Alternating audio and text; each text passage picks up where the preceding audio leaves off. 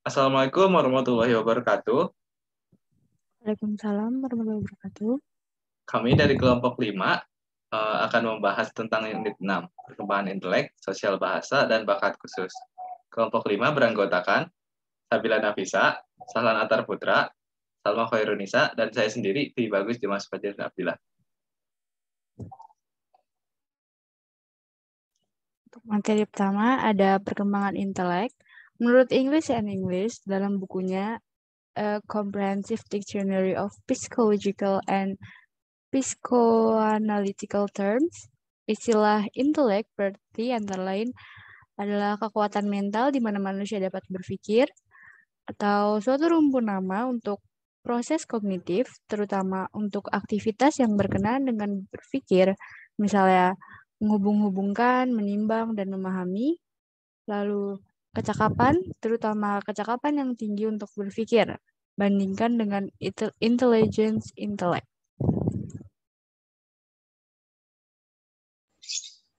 Menurut Kamus Webster New World Dictionary of the American Language, istilah intelek berarti A. Kecakapan untuk berpikir, mengamati atau mengerti, kecakapan untuk mengamati hubungan-hubungan, perbedaan-perbedaan, dan sebagainya. Dengan demikian, kecakapan berbeda dari kemauan dan perasaan. B. Kecakapan mental yang besar sangat intelijensi. C. Pikiran atau intelijensi.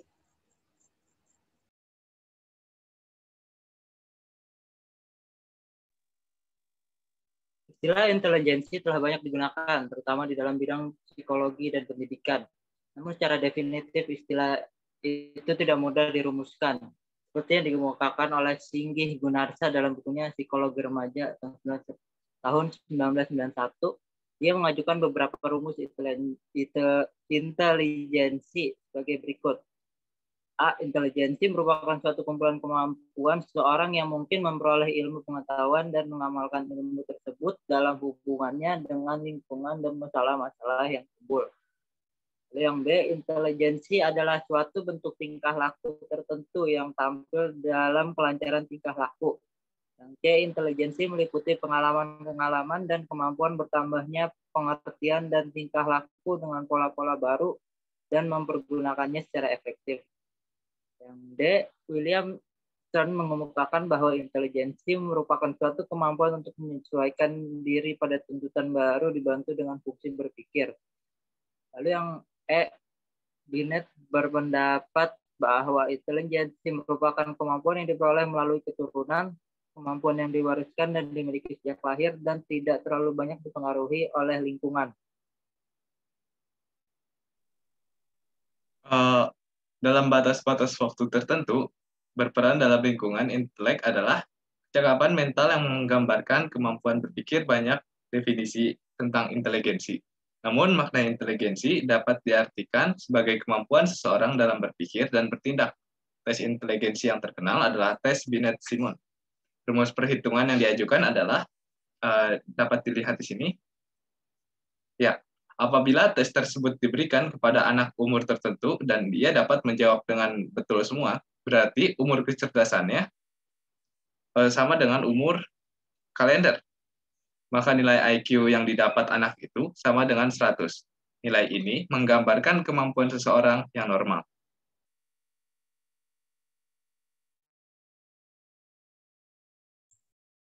Berdasarkan nilai IQ atau kecerdasannya, anak dapat dikategorikan menjadi 6 kelompok, yaitu yang pertama, 70 ke bawah, anak mengalami kelainan mental. 71 sampai 85, anak di bawah normal atau bodoh. 86 sampai 115, anak yang normal. 116 sampai 130, anak di atas normal atau pandai. 131 sampai 145, anak yang superior atau cerdas. 145 ke atas adalah anak yang jenius atau istimewa.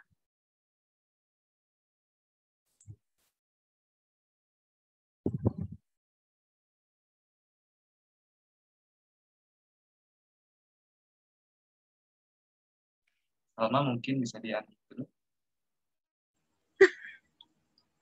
Menurut Albert Binet, intelijensi merupakan kemampuan yang diperoleh melalui keturunan. Kemampuan yang diwarisi dan dimiliki sejak lahir dan tidak terlalu banyak dipengaruhi oleh lingkungan. Kemampuan berpikir berpengaruh terhadap tingkah laku. Hal ini akan berakibat pada pembentukan sikap mandiri. Oleh karena itu, terdapat perbedaan kemampuan dan irama perkembangan intelijensi individu.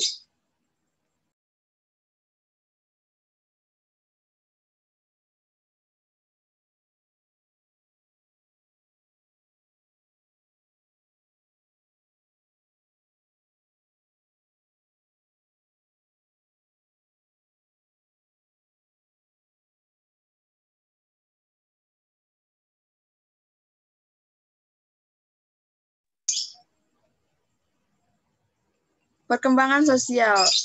Beberapa teori tentang perkembangan manusia telah mengungkapkan bahwa manusia tumbuh dan berkembang dari masa bayi ke masa dewasa melalui beberapa langkah dan jenjang. Pada proses integrasi dan interaksi ini, faktor intelektual dan emosional mengambil peranan penting. Interaksi seseorang dengan manusia lain diawali sejak saat bayi lahir dengan cara yang amat sederhana. Sepanjang kehidupannya, pola aktivitas sosial anak mulai terbentuk. Menurut Piaget, interaksi sosial anak pada tahun pertama sangat terbatas, terutama hanya dengan ibunya.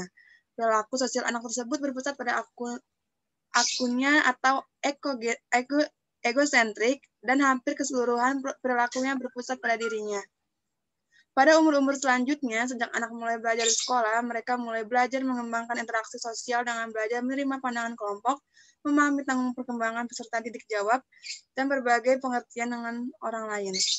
Anak mulai mengenal dan mampu membedakan arti senyum dan perilaku sosial yang lain, seperti marah dan kasih sayang.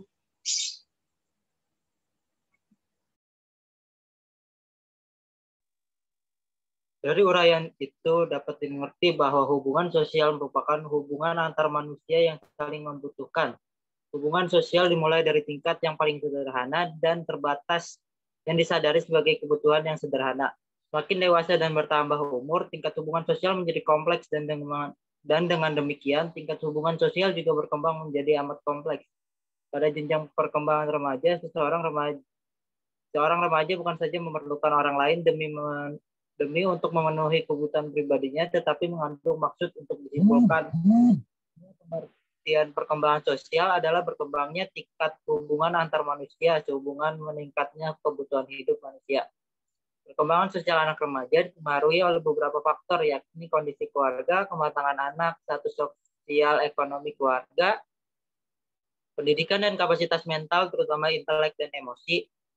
Hubungan sosial remaja, terutama yang berkaitan dengan proses penyesuaian diri, berpengaruh terhadap tingkah laku, sehingga dikenal beberapa pola tingkah laku seperti remaja keras, remaja yang isolasi diri, remaja yang bersifat egois, dan sebagainya.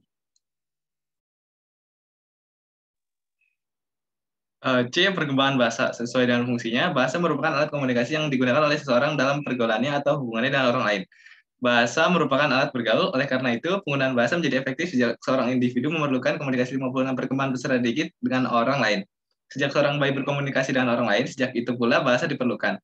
Bayi tingkat intelektualnya belum berkembang dan masih sangat sederhana. Semakin bayi itu tumbuh dan berkembang serta mulai mampu mengenai lingkungan, maka bahasa mulai berkembang dari tingkat yang paling sederhana menuju ke bahasa yang kompleks. Perkembangan bahasa dipengaruhi oleh lingkungan karena bahasa pada dasarnya merupakan hasil belajar dari lingkungan. Belajar bahasa yang sebenarnya baru dilakukan oleh anak berusia 6-7 tahun. Di saat anak mulai bersekolah, jadi perkembangan bahasa adalah meningkatnya kemampuan penguasaan alat berkomunikasi, baik alat komunikasi dengan cara lisan, tertulis, maupun penggunaan tanda-tanda dan isyarat.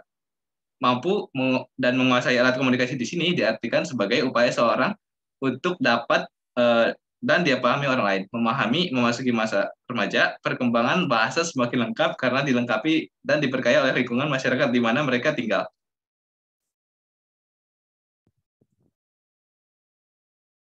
Bakat khusus.